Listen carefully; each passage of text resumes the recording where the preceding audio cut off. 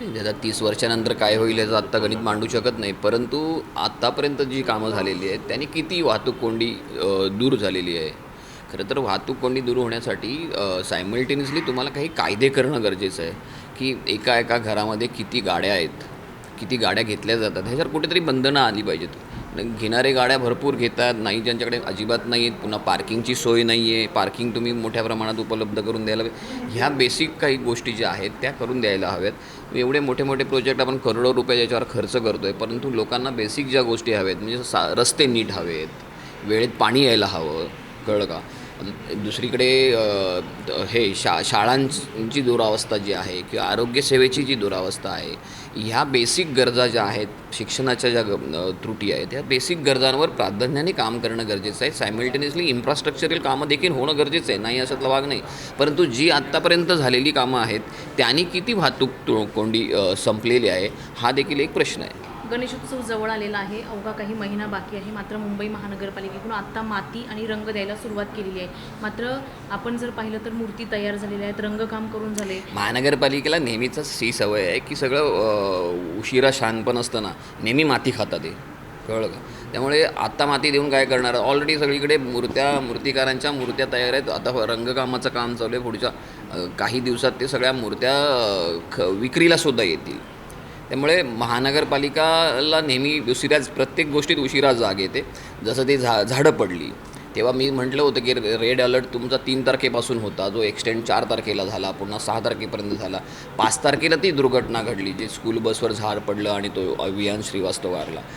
म्हणजे त्यामध्ये दगावला तो. मग मला सांगा, 3 तारखेलाच तुम्ही जर शाळा बंद ठेवल्या असत्या, 3 तारखेपासून जो पहिला रेड अलर्ट होता, तर ही घटना घडली नसती. तुम्ही 6 तारखेला ही घटना घडल्यानंतर मात्र शाळा बंद केल्यात. म्हणजे नेहमी महानगरपालिकेला उशिरा जाग येते आणि उशिरा जाग आल्यामुळे महानगरपालिकेचं आर्थिक नुकसान देखील होतं. आता ह्या मातीवर करोडो रुपये खर्च केले जातील, ज्याचा काहीच उपयोग होणार नाही आहे. सो मला वाटतं की महानगरपालिकेने आताही एक प्रस्ताव असा आला आहे, फेरफाराचा प्रस्ताव असतो, अनेक फेरफाराचे प्रस्ताव असतात. त्याच्यामध्ये असंच असतं की फेरफार का करावा लागतो? तुम्हाला मुदतवाढीचे प्रस्ताव आहेत, ते मुदतवाढ का द्यावी लागते? अगोदर जो 2-3 महिने तुम्ही अगोदर त्याच्यावर काम केलं तर मुदतवाढ द्यावी लागणार नाही.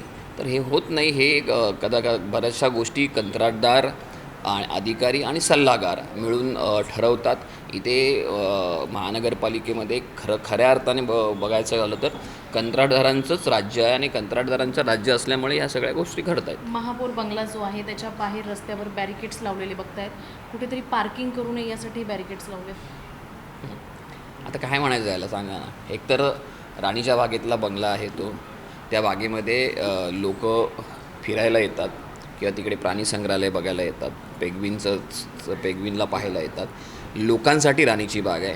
तुम्हाला पर्यायी म्हणून तिकडे बंगला दिला असेल तर तुम्ही लोकांचा अगोदर विचार करणं गरजेचं आहे. स्वतःचा पुरता विचार करणं मला वाटतं ही संकुचित भावना आहे. आज स्थायी समितीची बैठक सुरू आहे. महत्त्वाचे मुद्दे बैठकीत चर्चिले जाणार आहेत. जलबोगद्यांचा देखील विचार केला झाला आहे. कसं पाहता येईल? जलबोगद्यांचा विषय मागच्या स्थायी तो मीटिंगला आला होता, ते नॉट टेकन केला होता. आज त्याचं प्रेझेंटेशन दिलं आहे, त्याच्यावर तो आता मुद्दा येईल. त्याच्यावर बऱ्यापैकी साधक बाधक प्रेझेंटेशन आणि विश्लेषणसुद्धा चांगलं केलं बांगर साहेबांनी. सो मला वाटतं की तो मुद्दा आता ज्या काही सदस्यांच्या शंका किंवा प्रश्न होते त्याला बऱ्यापैकी उत्तरं मिळालेली आहेत. नवीन गाड्यांच्या संदर्भात देखील आता आहे. नवीन गाड्यांचे जवळजवळ 7-8 प्रस्ताव आहेत. नवीन गाड्यांच्या बाबतीत तो आता 14, 15, 16, 17 असं काहीतरी, आणि एक शेवटचा 30 नंबरचा, असे काही 5-6 प्रस्ताव आहेत. गाड्या नवीन तुम्ही आणताय, मान्य आहे सगळं, परंतु अजूनही कचरा उचलला गेला नाही. अनेक ठिकाणी कचरा जसाचा तसा आहे. तर मला वाटतं की ह्या सगळ्या गोष्टीवर कंत्राट, तुम्ही मगाशी म्हटलं तसं, ही सगळी उशिरा जाग येते आपल्याला. ह्या सगळ्या गोष्टीवर मान्सूनपूर्व तयारी जी असते, त्यात मान्सूनपूर्व तयारीचा हा भाग आहे. ह्या सगळ्या तयारी अगोदर व्हायला होणं गरजेचं. आणि कचरा तर वर्षाच्या 12 महिन्याचा हा विषय आहे. तर हे फेरफाराचे जे प्रस्ताव येतात हे मला वाटतं कंत्राटदार इथे बसून अधिकाऱ्यांबरोबर टेंडर बनवतो की काय, आणि बनवतो की काय असं हा प्रश्न येतो. गाड्यांच्या प्रस्तावावर चर्चा केली जाईल, मात्र तुमचा याला पाठिंबा असेल का? नाही, हे बघा, गाड्या ही आवश्यक गोष्ट आहे, कारण कचरा उचलणं, त्याची विल्हेवाट लावणं ही गरजेची गोष्ट आहे. आमचा आक्षेप ह्या गोष्टीवर, तुम्ही वेळेत का ह्या सगळ्या गोष्टी करत नाहीत, उशिरा का सगळ्या गोष्टी करता.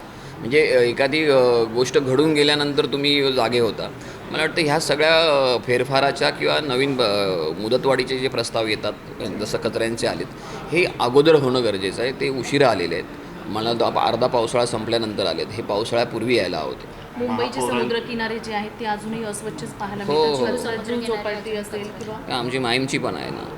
त्याचं कारणच हे आहे की नालेसफाई योग्य पद्धतीने होत नाही. नालेसफाई मान्सूनपूर्व फक्त केली जाते. तर असं कुठल्याही महानगरपालिकेच्या मॅन्युअलमध्ये लिहिलेलं नाही की मान्सूनपूर्वच फक्त नालेसफाई करायला पाहिजे. वर्षाची 12 महिने जर तुम्ही नालेसफाई केली तर पावसाळ्याच्या वेळेला ह्या जे मोठ्या प्रमाणात समुद्रकिनाऱ्यावर जो कचरा येतो तो येणार नाही. कारण हा वर्षभराचा कचरा हा सगळा समुद्राने पोटात साठवलेला कचरा असतो. हा फेकला जातो आणि माहीम असो किंवा जीव असो इथे मुंबईतला सगळा कचरा जो आहे तो मिठी नदीच्या माध्यमातून त्या किनाऱ्यावर येतो आणि तो संपूर्ण पसरला जातो. ह्याच्यावर ठोस असा उपाय करणं गरजेचं आहे. ज्या ठिकठिकाणी नाल्यांना ते काय ते तुमचं ट्रॅश बूम लावणं गरजेचं आहे. तोही प्रस्ताव आज आला होता. त्यांनी काही ठिकाणी ट्रॅश बूम लावण्याचा प्रस्ताव आता मंजुरी झालेला आहे. परंतु फक्त तो पश्चिम उपनगरामधलेच आणि उपनगरामधलेच घेतलेत. मग तुम्ही शहरावर का अन्याय करताय असाही प्रश्न उपस्थित झाला. कारण शहरामध्ये कुठलं ठिकाण त्यांनी घेतलेलं नाही. उदाहरणार्थ वडाळापासून शिवडीपर्यंत जो नाला आहे त्यांनी पावसाळ्यात बराच त्रास त्या ईस्टची पूर्वेची जी लोक आहेत त्यांना खूप त्रास होतो. पण तो आला नाही. ह्या सगळ्या त्रुटी आहेत. त्याच्यावर आम्ही आक्षेप घेतलेला आहे. महापौरांच्या पीएंना 50,000 रुपये महापालिकेच्या याच्यातून पगार देण्याचा एक प्रस्ताव. महानगरपालिकेमध्ये महापौरांच्या दालनामध्ये स्वतंत्र 14 लोकांचा स्टाफ आहे. त्याच्यामध्ये PA वगैरे सगळ्या गोष्टी आहेत. कळलं का? आणि त्यांना महानगरपालिका ऑलरेडी पगार देते. मग तुम्हाला खाजगी एखादा PA ठेवायचा असेल तर तुम्ही ओन पॉकेटमधून पगार द्यायला हवा. महानगरपालिकेवर भुर्दंड टाकणं योग्य नाही आणि हे चुकीचे पायंडे पाडणंही योग्य नाही. CEN न्यूज देश प्रदेश की ताज़ा तरीन खबरों के लिए CEN न्यूज को सब्सक्राइब करें और रहें पल पल की खबर से हर पल बाखबर.